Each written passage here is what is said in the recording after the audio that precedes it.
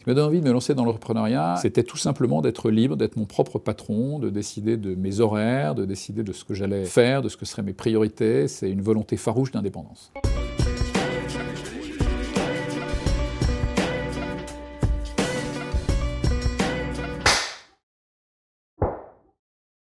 Alors Nature & People First, c'est une société qui développe des projets de stockage d'énergie à partir d'une technologie qui existe depuis 100 ans, qui consiste à stocker avec de l'eau et du dénivelé. On restitue 70% de l'énergie qui a été stockée en fin de journée à la pointe de consommation. On développe des petits projets de quelques mégawatts au lieu de plusieurs centaines de mégawatts. Je suis originaire de la région Rhône-Alpes, et qu'en Rhône-Alpes, il y a beaucoup de ces projets de pompage-turbinage ou de STEP. Quand j'ai su qu'il était nécessaire de stocker l'énergie et qu'on n'avait pas beaucoup de solutions, j'ai eu l'idée de réinventer ce procédé.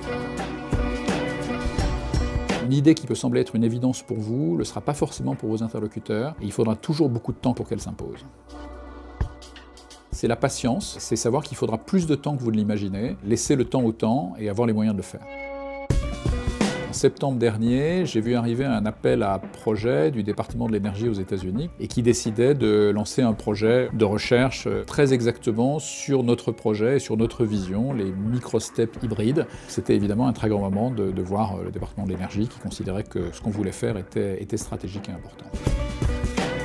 Quand on vous explique que votre projet n'est pas prioritaire pour telle ou telle mauvaise raison, ou qu'on préfère une solution concurrente. Mais ça, j'ai connu ça toute ma vie, donc j'ai l'habitude de rebondir.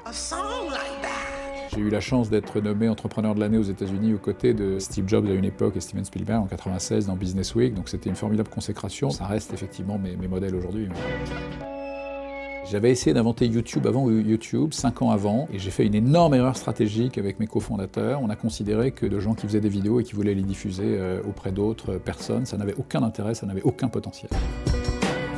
C'est de conquérir le monde, quoi, comme je l'ai fait avec 2 autres sociétés déjà, dans 2 autres domaines très différents. Donc de déployer des micro-steps aux États-Unis où je travaille aujourd'hui, en France, d'en avoir des centaines, des milliers, sky's the limit.